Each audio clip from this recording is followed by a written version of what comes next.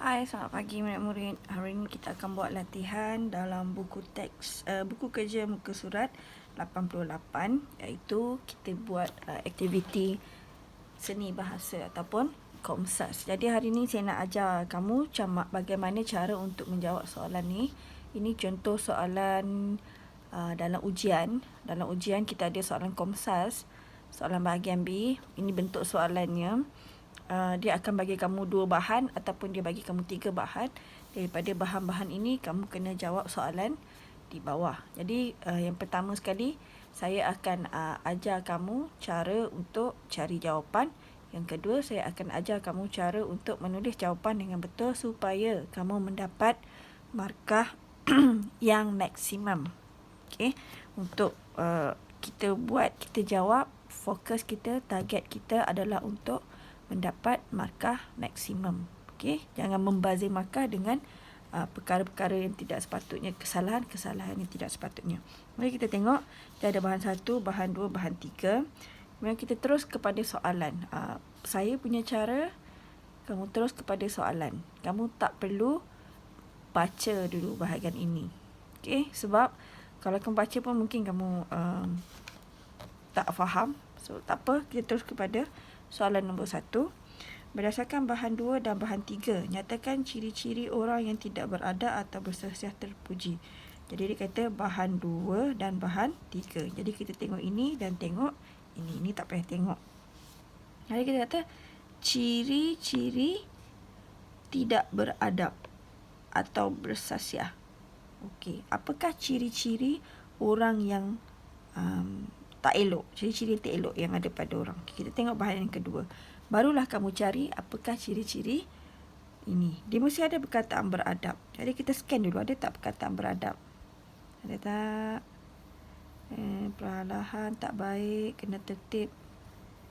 Kalau makan nanti orang kata tak ada adab. Nampak tak ni? Kan ada adab ni. Tak ada adab. Okey? Jadi bermaksud jawapan ada di kawasan ini. Jadi kita tengok dulu. Bahagian mana yang dia cakap tak ada adab tadi? Apa tak ada adab? Maksudnya dia ada buat sesuatu yang salah. Okey, kita tengok perenggan sini. Kalau ia pun sedap, makanlah perlahan-lahan. Tak baik menghadap rezeki macam tu. Kena tertib. Bermaksud dia tak tertib kat sini. Apa yang dia buat? Dia tidak makan perlahan-lahan. Apa maksud tidak makan perlahan-lahan? Maksud dia apa? Gelojoh. Makan dengan gelojoh. Tahu makan dengan gelojoh? Makan dengan sangat laju. Seperti sudah beberapa hari tidak makan. Okey. Ada lagi tak adab? Tegur. Punya nasi dengan tak ni. Segar. Tak ada. Okey. Tak ada. Ataupun boleh juga ni.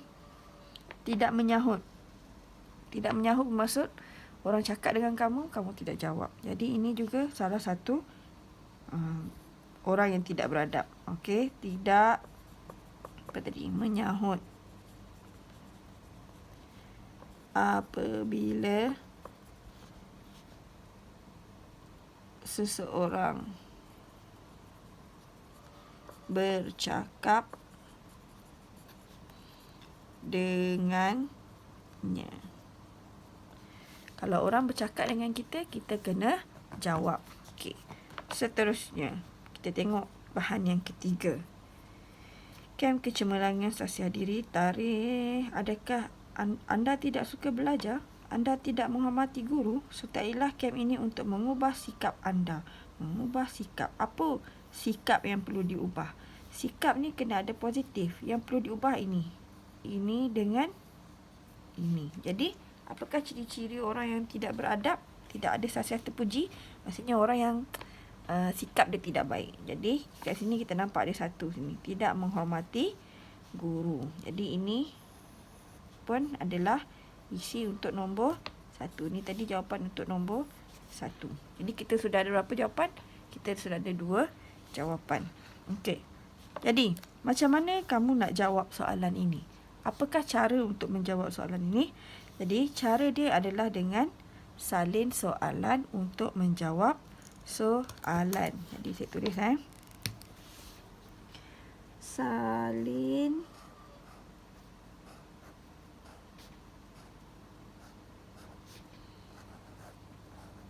soalan untuk jawab soalan. Kenapa perlu menyalin soalan? Supaya kita dapat markah bahasa. Markah bahasa tu penting. Satu markah sahaja pun sangat penting sebab dengan satu markah tu, contohlah kamu dapat 39 markah, satu markah tu boleh menyebabkan kamu lulus. Boleh menentukan sama ada kamu lulus ataupun kamu gagal. Jadi satu markah sangat penting. Baik, sekarang kamu tengok. Soalan, berdasarkan bahan 2 dan bahan 3 tersebut, nyatakan ciri-ciri orang yang tidak beradab atau bersasiah terpuji. Jadi dalam soalan ini, yang pertama sekali, kamu kena tahu yang mana arahan dia. Apa yang dia suruh kamu buat. Ini kan, berdasarkan bahan 1, bahan 2 dan bahan 3 tersebut, nampak ni ada koma ni. Ini mesti salin. Ini bukan soalan. Soalan dia ataupun arahan dia lah ini. Nyatakan. Nyatakan ialah dia punya arahan. Jadi arahan ini tidak perlu disalin. Ini kita tak nak. Kita tukar dengan apa? Kita tukar dengan antara. Yang lain saya tak highlight, bermaksud kamu salin. Jadi antara, kemudian kamu tengok dekat sini. Ini ialah apa? Inilah dia punya soalan dia. Dia minta apa? Ciri-ciri. Jadi sini dah antara. Ciri-ciri salin berapa kali? Ini salin satu. Jadi berdasarkan bahan 2 dan bahan 3 tersebut, antara ciri orang yang tidak beradab atau bersasiah terpuji, ini kamu akan masukkan kata tugas, kemudian kamu masukkan isi nombor 1. Boleh nampak tak? Okey. Jadi kalau ciri kita tengok sini ialah gelojoh. Gelojoh ni kata apa? Kata nama, kata kerja, kata adjektif atau kata seni nama? Gelojoh. Kamu nampak gelojoh ni sebagai apa? Kerja yang dia buat ataupun cara kerja itu dibuat. Kalau cara kerja itu dibuat, gelojoh ialah kata adjektif. Jadi kalau kata adjektif, kata tugas dia ialah adalah. Okey, adalah gelojoh. Full stop. Ambil balik ni, soalan ni tadi, ciri. Letak sini, ciri. Sekarang nombor berapa? Nombor 2. Jadi ciri kedua. Lagi sekali kita ambil kata tugas. Okey, adalah. Apa isi yang kedua?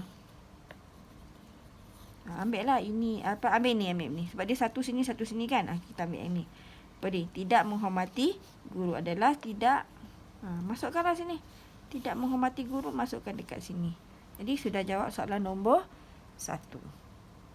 Okey, sama juga untuk soalan nombor 2. Sama juga untuk soalan nombor 3. Caranya sama. Cara untuk menjawab soalan. Jadi kamu akan buat yang tu. Sekarang saya nak bincangkan jawapan untuk soalan nombor 2 dan soalan nombor 3. Kita lihat soalan nombor 2. Berikan 2 nilai murni yang terdapat dalam bahan 1. Ini bahan 1. Jangan tengok ini, jangan tengok ini. Kita tengok ini sahaja. Nilai murni. Nilai murni senang. Kita tengok sini apa nilai yang baik. Yang ataupun kalau nilai tu tak baik, nilai negatif, kamu tukar dia menjadi nilai yang baik. Jadi kita tengok perenggan yang rangkap yang pertama. Ini ialah syair. Macam mana saya tahu syair? Kamu tengok ku. Dan dia ayat dia sambung. Semalam tingkatan 2 dah belajar kan. Okey, melepaskan hati terbuku pengajaran kepada sekalian anakku, mudah-mudahan betul tingkah dan laku. Perangai yang baik, biar terpaku. Ada tak dia cakap nilai dekat sini? Ada tak dia cakap nilai dekat sini? Ada tak? Ada tak? Kalau kat sini boleh tak? Dia kata betul tingkah laku. Apa nilai dekat sini? Perangai baik. Nilai apa kat sini? Orang yang bersikap baik, sopan santun. Ni nilai apa? Ni ialah nilai hemah tinggi. Okey. Yang kedua, dengarkan tuan ayanda berperi kepada ananda muda bestari. Nasihat kebajikan ayahanda beri. Amalkan jangan malas dan ngeri. Baik, yang ini pula dia cakap sini, jangan malas dan ngeri. Apa yang jangan malas? Ni, nasihat kebajikan ayahanda beri. Jangan apa tu maksud dia? Nasihat kebajikan ayahanda beri, amalkan jangan malas dan ngeri. Jadi yang ini ialah nilai apa? Disuruh amalkan. Nilai kita boleh pakai ni, nilai nilai ketaatan. Dia taat kepada siapa? Nasihat ayahanda. Jadi dia taat, dia dengar cakap. Ada lagi tak nilai? Tengok sini pula. Ayuhai anak anda muda remaja, jika anak anda menjadi raja, hati yang betul hendaklah disahaja serta rajin pada bekerja. Lagi? Ni nilai apa? Nilai ketaatan. Jangan malas ni maksudnya apa? Boleh juga ni. Nilai kerajinan. Ni ada tak nilai? Ni boleh ni. Ini pun sama juga ni. Nilai kerajinan. Kena tulis ni nilai. Okey, perhatikan apabila saya menulis nilai, saya akan letak perkataan nilai di depan. Ini wajib ada. Kalau tulis nilai, mesti ada nilai di depan. Jadi cara nak jawab, okey, rujuk balik macam tadi nombor 1. Tapi pastikan jawapan kamu ada nilai. Okey. Baik, kita tengok yang ketiga. Ibu bapa memainkan peranan penting dalam membentuk sahsiah anak-anak. Pada pendapat anda, apakah kesan-kesannya jika ibu bapa gagal membentuk sahsiah anak-anak? Ni anak-anak yang kurang ajar contohnya. Tak tahu menghormati orang contohnya. Anak-anak yang apa lagi? Kalau ibu bapa gagal, tak dapat, mak bapak kita ni tak dapat ajar kita supaya hormat orang lain apa semua, apa yang akan terjadi kepada anak-anak itu sendiri ataupun mungkin kepada ibu bapa? Okey. Baik, yang pertama ialah kalau kamu tidak ada sahsiah yang baik, sikap yang baik, orang yang sikapnya tidak baik, dia akan berkawan dengan orang yang tidak baik juga. Dan kalau orang itu bersikap baik, dia akan berkawan dengan orang-orang yang baik. Jadi kalau orang itu yang tak baik, dia berkawan dengan orang yang tak baik, bermaksud anak-anak akan terjebak dengan gejala sosial. Zaman sekarang ni banyak macam-macam gejala sosial yang berlaku. Okey. Jadi yang kedua, tadi ada saya sebut tadi. Okey, kita boleh pakai anak-anak. Ni kesan. Kalau kesan kita guna akan. Anak-anak akan menjadi orang yang tidak tahu menghormati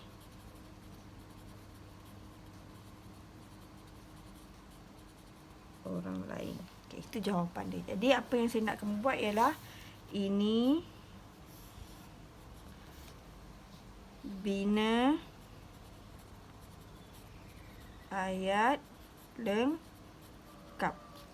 Jangan malas Siapa-siapa yang malas, saya akan return balik homework kamu dan kamu kena buat semula. Jadi jangan malas, sila buat dengan betul. Boleh? Okey, jadi muka surat 88 adalah homework kamu pada hari ini. Okey, bye.